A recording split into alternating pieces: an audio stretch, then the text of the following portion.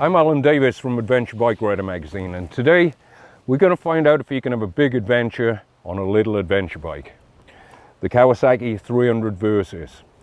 What we're going to do today is we're going to follow my Sunday afternoon or Sunday morning route through the Cotswolds, starting in Stratford-upon-Avon, going up the Cotswold escarpment into Chipping Campden, over to Broadway, and doing a big loop round back to Stratford. We're going to take in some great A roads, B roads, and we're going to take the Versys on some green lanes. We're going to give her a good test out on all the conditions, and let's see what we can do.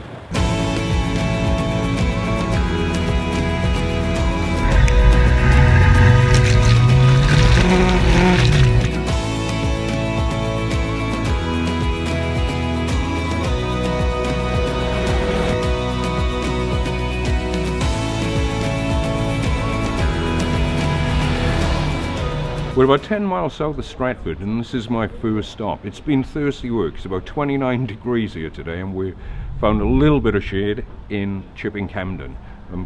In particular, the old market in Chipping Campden, which I'm standing in now, and this is perfect sort of Cotswold village type situation here, where we've got an incredibly busy village high street here, loads of tourists. But it's just beautiful. This is that golden sand Cotswold stone that people spend fortunes on coming here. And, you know, what a lovely place to stop for a cup of tea or a cup of coffee or something to eat. Okay, here we go. The Versys 300. What's my first impressions? Well, the first thing of note is the price. The stock version is $5,149, which is yeah, that's very competitive these days, and a good sort of starting price for people. The version we're on today is a little bit more expensive. It's the adventure version, and it's $5,849, but it includes quite a few accessories, including handguards, center stands, the panniers. There's an engine guard. You get all that for the $5,849. Probably the first thing that comes to me when I come up to this bike is that at 174 kg, it's still reasonably heavy, but it's a lot lighter than the big adventure bikes I'm used to riding these days, and that's becoming a bit of a factor with the adventure bike riding community, because, you know, they tend to be older guys, around about 50 plus. So the first thing I can say about this 300 is those sort of problems disappear. For manhandling around a car park, for swinging a leg over, it's very easy. And the seat height might be 845 millimeters, but it's a narrow bike. There's not so much bulk as on the bigger bikes. This might be, whilst it's smaller and not so bulky in size, you know, I'm 6'2" and I don't feel uncomfortable on here. It's still okay. The bars are reasonably wide. The seat is comfortable, but I must mention the seat is very hard. But then, you know, I don't mind a firm seat, and it's one of those things you just get used to anyway. The controls are nice and simple. You know, I can see at a glance everything I need to see. I can see what gear I'm in, I can see what speed I'm doing, I can see the revs. Everything I need to know to ride this bike is there and simple to see. The hands, backside, foot triangle, it's comfortable. I've been on this bike now for, I don't know, about an hour or so, and that's about the time when I usually start shaking a leg on, say, a sports bike or something which isn't going to suit me. And I'm not even thinking about it. I'm nowhere near that point yet. This has got the lightest action clutch I've ever come across on any bike, bar none. It's so light, you know, you could do it with one finger. In fact, I think if I suck in hard enough here, I can pull the clutch in. It really is feather light. Okay, yet another beautiful Cotswold village. This one is this is Snowshill, and just up the hill from Broadway, another famous Cotswold place. But Snowshill is famous for one thing, probably more than anything else, and this is the square where the opening scene in Bridget Jones was shot. So you get a lot of people here who come here to reenact the opening scene. There was snow at the time in the Bridget Jones movie, but we haven't got snow here today, so I'm not going to even attempt to recreate anything. The thing which I'm finding with this bike is, I remember going to a talk with the legendary Ted Simon, arguably the father of motorcycle touring or adventure bike riding, where he said that his preferred touring speed is 55 mile an hour. And when questioned about that, somebody sort of said, well, that's a bit slow, Ted. Why is that?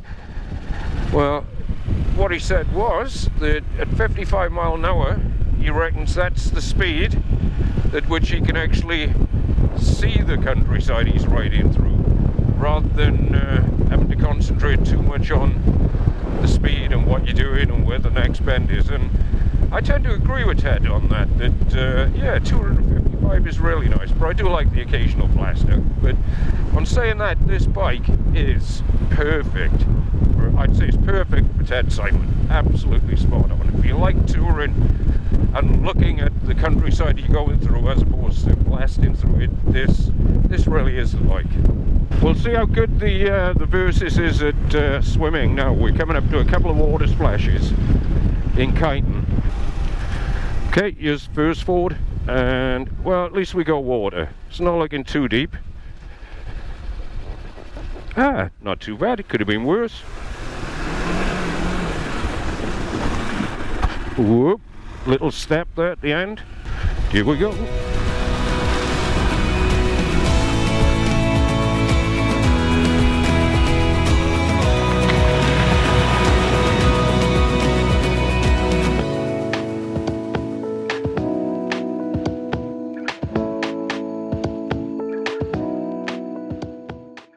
Okay, we're back at the ABR office after a long, hot and very enjoyable day travelling around the Cotswolds on the Kawasaki Versys 300.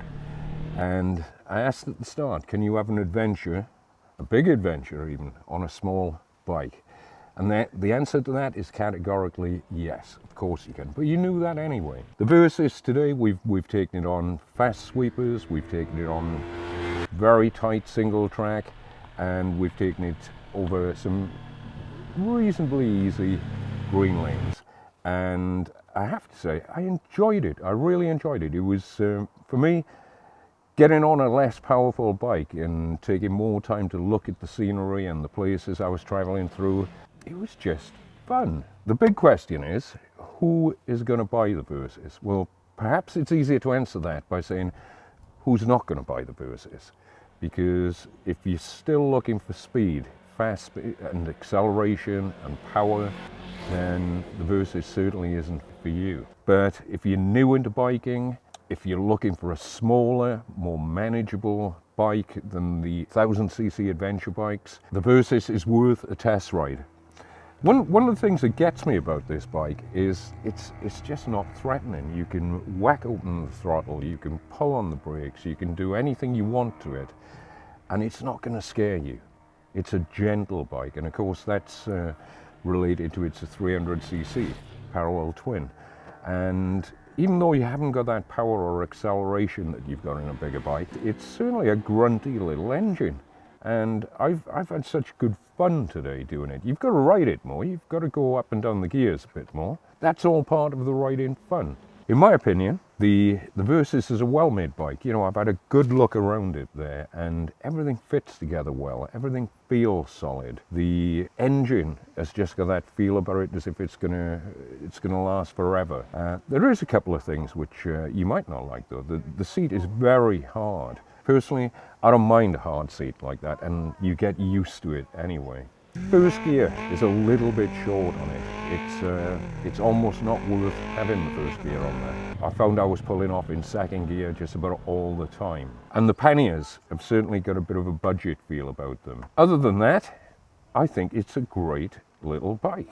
And probably, you know, one of the best things about this Versys as well is it's so economical. We were getting about 68 miles to the gallon out of it, and you know, I've been riding all day. I'd forgotten what petrol stations looked like. You know, we didn't even have to look for one. If you're not looking for a bike with power, acceleration, and to go as fast as you possibly can everywhere, then check out the Versys 300.